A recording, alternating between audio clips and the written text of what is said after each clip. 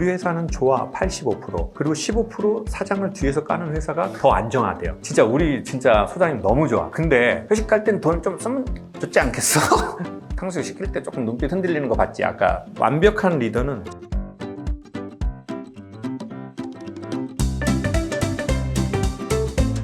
그 단어가 떠오르는데 빠따라고 있거든요.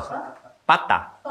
좀 빠따를 맞아야 이제 정신이 또 번떡번떡 또 이제 남자분들은 또 너무 많이 들었던 친근한 단어예요. 근데 제가 이제 그 구원을 받아야 될 상황에 되게 오래 있었고, 그럼 난 이제 후배들이 보일 거 아니에요? 이제 이 사람 내가 어떻게 해야 이만한 성과를 낼 수 있고 어디로 갈 수 있다 이런 게 이제 알죠. 근데 이제 매우 초기에 이제 그런 분들이 한 두세 분 이제 저하고 같이 일을 할 때 제가 정말 힘들었던 것 같아요. 근데 시간이 지나서 보면 그분들도 되게 힘들었을 거예요. 그래서 저는 솔직히 말하면 이거는 약간 실전편인데 애초에 좋은 사람 뽑으셔라. 네. 자, 애초에 좋은 사람을 뽑아라. 이거는 인격적인 좋은 사람만을 말하는 게 아니라 애초에 그만한 깜냥이 되는 사람을 뽑아야 됩니다. 그러면 우리는 역설적으로 이렇게 설명할 수 있죠. 나와 내 사업의 아이템이 그만큼 좋은 아이템이고 좋은 사람인가.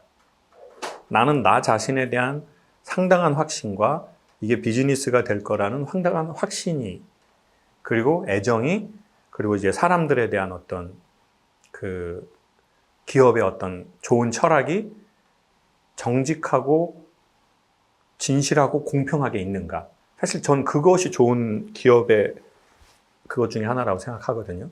그래서 애초에 웬만하면 전 좋은 사람을 뽑기를 바라고, 그리고 두 번째는 모든 인간에게는 시차가 있다는 거예요.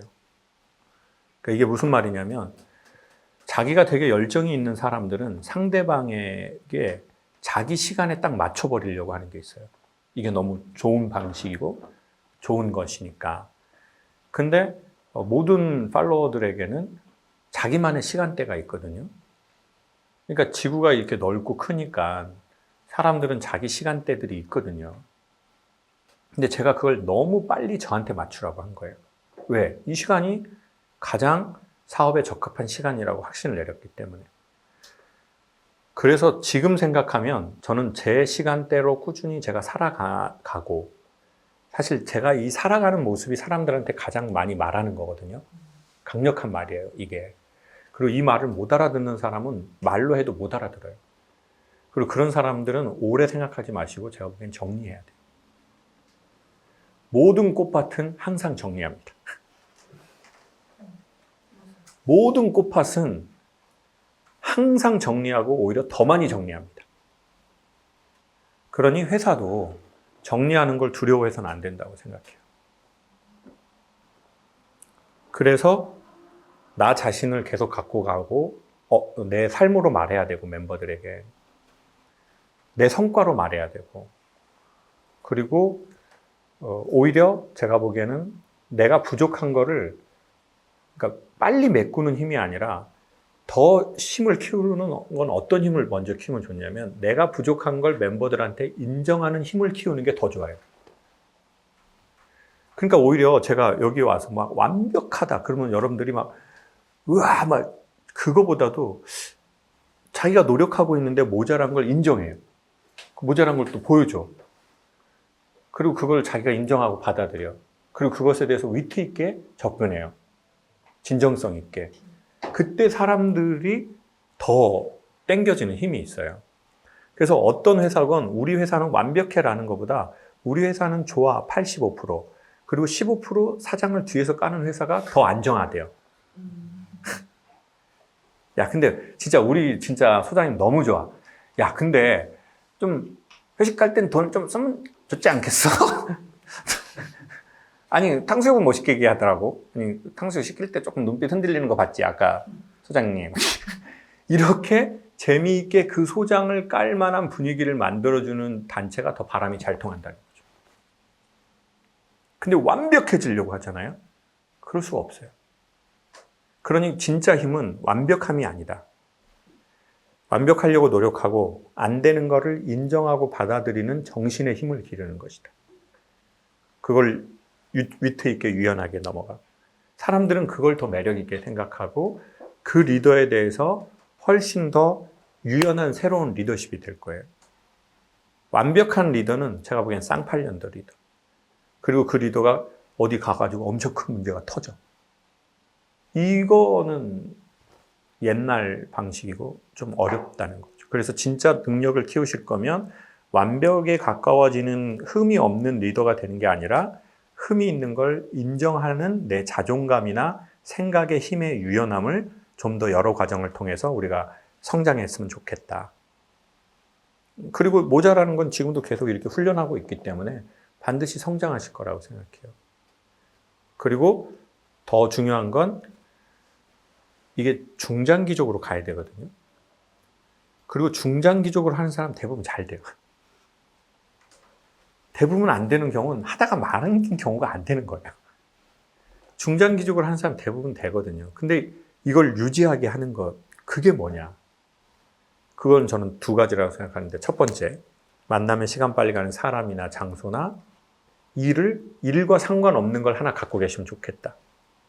그리고 두 번째, 김연아 선수 시절에 인터뷰하는 게 있어요. 막 다리 찢고 힘들게 인터뷰를 막 하고 있어요. 기자가 이렇게 물어요. 뭐 이른 아침부터 이거 하고 계시는데 이런 걸 하실 때는 어떤 생각으로 해요? 그랬더니 김연아 선수가 웃으면서 이래요. 그냥 하는 거지 생각 없어요. 너무 밝게, 너무 예쁜 모습으로, 예? 여기 무슨 생각을 하냐. 이것이 원래 훈련 시간이라서 나 그냥 한다. 그리고 요 비슷한 인터뷰를 몇 개 묶은 거를 뭐 외국 사람이 하면서 제발 좀 그냥 해요. 그냥 하라고. Just do. 막 이렇게 영어로 막 써. 이게 정말 너무 많은 생각을 하면 안 돼. 모든 이야기는 절대성이 좀 있기가 어렵다고 봐요.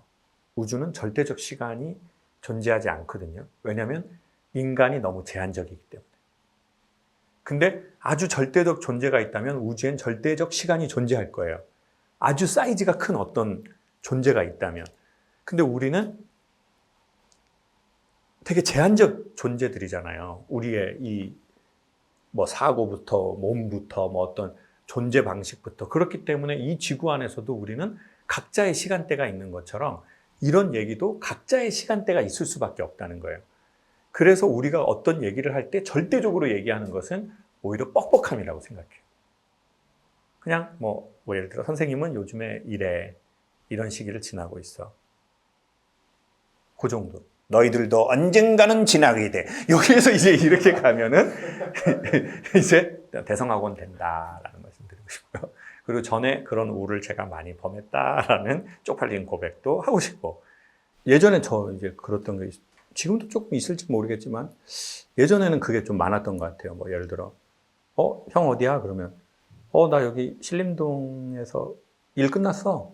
이러면 되는데 형 어디야? 서울대 최고 경영자 과정에서 내 특강이야. 근데 내가 최초라고 하네. 아니 이렇게 젊은 사람을 안 부른대 원래 여기가. 근데 내가 원래 30만 원 준다고 했는데 난 그렇게 또 못 온다고 했지. 그러니까 또 올리더라고. 예를 들면 유치하게 표현하면 이런 거. 근데 제가 그걸 정보를 전달하려고 말한 게 아니잖아요. 그 정보를 전달하려고 하면서 관로가 있잖아요. 나 좀 인정해줘. 나 진짜 힘들게 여기까지 와서 나 진짜 여기서 강연하게 됐어. 나 좀 인정해주라. 진짜 애썼다고. 진짜 힘들게 너 거기 가서 너무 멋있다고. 나 빨리 인정 좀 해줘. 이제 그쪽에서 형 그렇게 이렇게 쓸데없는 얘기를 하냐? 그게 자랑이시며 형은 B형. 그럼 제가 이런 쌍놈 새끼가 야, 좀 우쭈쭈 해주면 안 되냐? 이렇게 되는 거예요. 속으로든 겉으로든. 아니면 창피한다든지. 근데 이제 그게 저의 경우에는 아버지에게 받고 싶었던 인정과 칭찬이었고, 아버지에게 받고 싶었던 사랑을 제가 성과로 되게 많이 받고 싶어 한다는 걸 안 것 같아요. 내가 너 너무 좋아. 네가 있어서 너무 좋아. 야, 나 엄청 너 좋아하잖아. 이걸 받고 싶었던 건데 그것을 못 받으니까 내가 어떤 성과를 냈을 때 좀 놀래주고 야, 좀 막 그렇게 해줘. 뭐 겉으로는 에이 아무것도 아니지 뭐 이렇게 하지만 속에서는 저는 그게 되게 많았어요. 그러니까 저는 그 자아를 빼고 싶었어요. 왜냐하면 그렇게 자아를 넣어서 말하면서 제가 불편하더라고요. 그러니까 그 자아가 빠져야 거울 역할을 할 수 있다고 보거든요. 근데 그 자아는 여러 가지겠죠. 때로는 상처일 수도 있고, 뭐 내 가면일 수도 있고, 열등감일 수도 있고, 뭐 내가 자랑하고 싶고 인정받고 싶은 마음일 수도 있고, 어쨌든 내 개인으로 갖고 있는 불편한 왜곡인 것 같아요. 근데 상대적으로 이것들이 조금씩 빠지기 시작하니까 사람들이 저의 강연을 보고 사실 저를 보는 게 아닌 게 더 되는 거죠. 그리고 자기들을 보게 되는 거죠. 그거는 앞에 서는 사람들이 그리고 이제 뭐 상대적으로 모든 관계에서 다 좀 공통적인 이유인 것 같아요. 그러니까 무대에 서는 게 나중엔 제가 보기엔 되게 수도와 비슷하다는 생각이 들더라고요. 이게 말에 대한 기법이 아니라 되게 수도적 행위의 원인들이 여기에 많이 들어와 있구나. 인간의 자기 성찰이나 수도나 그리고 그게 보이는 거죠. 그래서 나중에는 어떤 무대에 딱 섰을 때 메이크업을 하느냐가 아니라 어디까지 벗을 수 있느냐라는 느낌이 나한테 드는 거예요. 너 어디까지 메이크업 지울 수 있어? 어디까지 벗을 수 있어? 왜냐면 너무 스타일리시한 우리가 옷을 입었는데 그걸 벗고 때로는 성직자들도 옷 벗겨놓으면 생닭 같은 사람이 있어요. 그 성직자들의 진짜 이 옷이 일반인 옷하고 다른 간지가 있잖아요. 근데 그 옷을 벗어도 그 사람이 이런 사람이 있고 옷을 벗으면 바로 생닭 느낌 날 수 있고. 근데 어디까지 벗을 수 있냐는 거예요. 학력, 커리어, 내 업적, 포트폴리오, 출신 학교, 출신 회사 이거 어디까지 벗을 수 있냐를 큰 무대에서는 사람들이 다 보거든요. 그리고 사람들도 저를 볼 때 그게 보일 거예요. 내가 했던 거, 뭐 성과 자랑하고 뭐 어디 뭐 그거는 이제 다 유치 빤스? 항상 중요한데 빤스가 많이 나오는데 그건 너무 유치 빤스한 거죠. 근데 내가 건강해지고 자유로워질수록 우리는 자기 노력을 하고 그것들을 다 벗고 그냥 자기의 자세와 태도로 사람들 앞에 서는 것 같아요. 그러니까 자기로 서는 거고 상대방에게 대한 자세와 태도를 계속 무대가 묻는 것 같아요. 야, 네 실력을 보고 싶지 않아. 네가 사람들에 대한 자세와 태도, 우리는 그걸 느끼는 거야. 그리고 너 누구야? 이거를 느끼는 거지. 네가 어느 학교 나왔고 우리는 그거에 관심 없어. 저는 오히려 사람들은 그렇게 말하는 것 같아요. 근데 어떻게 해야 된다고 생각하냐면 내 삶이 조금씩 흘러야 된다고 생각해요. 그러니까 내 삶이 흐르는 것이 핵심이지 컨텐츠가 계속 바뀌는 것이 핵심이 아니에요, 사실. 이게 흐르면 이거는 똑같은 말이어도 사실은 이건 새 말이 되거든요. 그렇기 때문에 사실은 선생님이 여기에 오시는 것도 사실은 어떤 새 물을 우리가 공급받기 위해서 저는 오는 거라고 생각하거든요. 그리고 우리가 그 길을 어디에서부턴가 여기 오셨다는 것 자체가 이제 그게 이미 바람이 움직였다는 거죠, 우리를. 근데 그렇기 때문에 새로운 컨텐츠가 핵심이 아니다. 그러니까 양심적으로 그 생각은 하면 좋겠죠. 나는 계속 흐르고 있는가? 흐르기 위해선 새물을 공급받아야 되겠죠. 그게 뭐 어디에 가서 계속 배우라는 게 아니라 그게 내 나름의 그게 있거든요. 난 이렇게 하니까 운동을 해야 되겠어. 이렇게 하니까 난 언어를 배워봐야 되겠어. 그리고 실제로 내 삶으로 몸으로 도전해야 되겠어.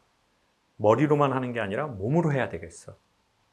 그걸 꾸준히 해나가면서 뭔가 또 깨닫고 그럼으로써 내 호흡은 또 달라져 가고 그 양심은 우리가 갖고 있어야 된다고 생각해요.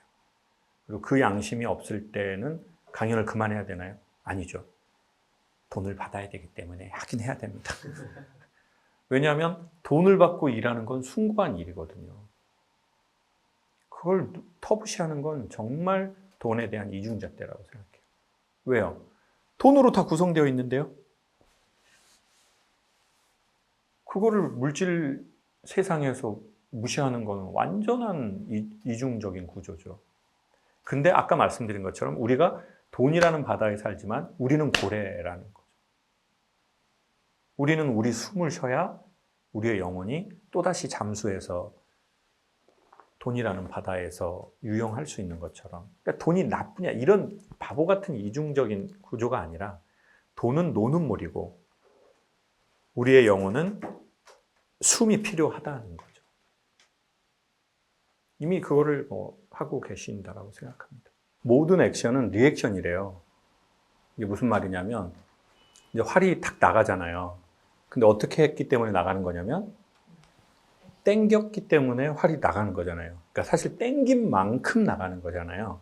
그러니까 우리가 듣는 어떤 모든 액션, 그게 말이든 에너지든 우리가 느끼는 어떤 그 느낌들은 다 액션이 아니라 무엇에 대한 리액션이래요. 그 원인에 대한 반작용으로 나온 그거래요. 근데 이제 저의 강연의 원인, 그거는 뭔가 봤더니 두 가지인데 첫 번째는 결핍인 것 같아요. 아버지에 대한 결핍이 저는 아들로서 제일 컸던 것 같고, 그리고 너무 오랜 세월이었잖아요. 아버지가 제가 48에 돌아가셨고, 저는 항상 마음에 그 아버지라는 존재가 이제 엄청난 블랙홀이었거든요. 그러니까 이제 살아 계시지만 관계성을 갖지 못하는, 그리고 이제 오히려 좀 불편한 일들이 많은, 그리고 이제 저는 유난히 좀 애기였고 막둥이였고 좀 겁도 많고 좀 그런 기질이었거든요. 사람들이 MBTI 뭐냐고 그랬는데 제가 CIA라고 MBTI를 해본 적이 없거든요. 근데 아마 제가 MBTI 뭐 그걸 하면 뭐 그런 스타일일 거예요. 뭐 좀 뭐 상처도 잘 받고 좀 뭐 감수성이 있고 뭐 좀 그럼으로써 눈치가 좀 빠르고 뭐 이제 그래서 막 이제 안 웃긴데도 막 더 웃겨주려고 하고 좀 이렇게 고요한 게 멋졌고 그래서 제가 더 분위기를 막 만들고 그러다가 혼자 있는 공간에 가면 더 훅 꺼지고 근데 이제 그런 가장 큰 원인에 대해서 제가 그렇게 막 이렇게 뭐 그냥 본능적으로 우리가 살다가 이제 좋은 선생님들을 좀 만나게 된 것 같아요. 좋은 선생님도 만났고 이제 음대 지도 교수님도 만났고 헬리나 웨인이라는 사람이 저한테 되게 많은 도움을 줬고요. 그리고 C.S. 루이스 그리고 법정 스님 책도 도움이 됐고 틱나탄이라는 스님 책도 저한테는 도움이 됐어요. 근데 이 네 사람 다 성직자이거나 그런 일을 하는 사람들이었었어요. 근데 두 사람은 불교 쪽에 있는 사람이고 두 사람은 가톨릭하고 개신교 사람이었고 그런 스승들이 좀 많았어요. 그런 기술도 알려준 스승. 야, 어떻게 저렇게 지휘를 해서 사람들의 마음을 움직이지? 그때 저는 사람이 대뽀가 없으니까 난 저렇게 하면 저 사람 따라잡을 수 있어. 이런 마음도 없었어요. 너무 잘한다. 어떻게 난 저렇게 못할 것 같아. 근데 그 사람들 옆에 오래 있었어요. 어쩔 수 없어서도 오래 있었던 것도 있고요. 학생이었기 때문에.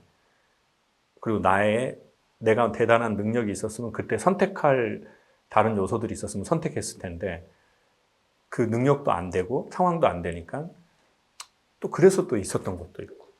근데 결론적으로는 어쩔 수 없어서 있었던 게 저한테는 물드는 시간을 준 것 같아요. 제가 보기에 탁월하다는 선생들에게서 그 물이 나오는데 그 물이 드는 시간이 필요한 것 같거든요. 제 천에. 그러니까 결핍, 그리고 좋은 스승들, 뭐 좋은 배움. 어쩔 수 없이 그분들에게 좀 오래 있었고, 좋아서도 있었고, 그래서 좀 물들지 않았나. 그분들의 좋은 에너지가. 사람은 변하지 않는 거라고 하잖아요. 전 어느 정도 동의하거든요. 50% 이상은. 근데 사람은 물드는 것 같아요. 그러니까 꼭 엄마들이 그러잖아요. 자기 아들이 사고 치면 우리 애 엄청 착했는데 저 새끼 만나가지고 저 새끼가 옷도 검게 입고 나 저 새끼를 만나가지고 물들었어. 그래서 회색이 됐어. 우리 애 엄청 하얀 애였는데 다 부모들이 저놈을 만나서 우리 애 착한 애가 물들었대. 보통 자기 애가 나쁘거든요. 근데 부모는 다 우리 애는 엄청 착한 애였고 순한 애였는데 쟤를 만나서 물들었다고 하는데 그 말이 정말 맞죠. 인간은 순진하고 투명할수록 잘 물드는 것 같거든요. 그러니까 저는 막 배우려고 하기보다는 좋아하는 것 옆에 있어서 물드는 게 더 효과적인 것 같아요.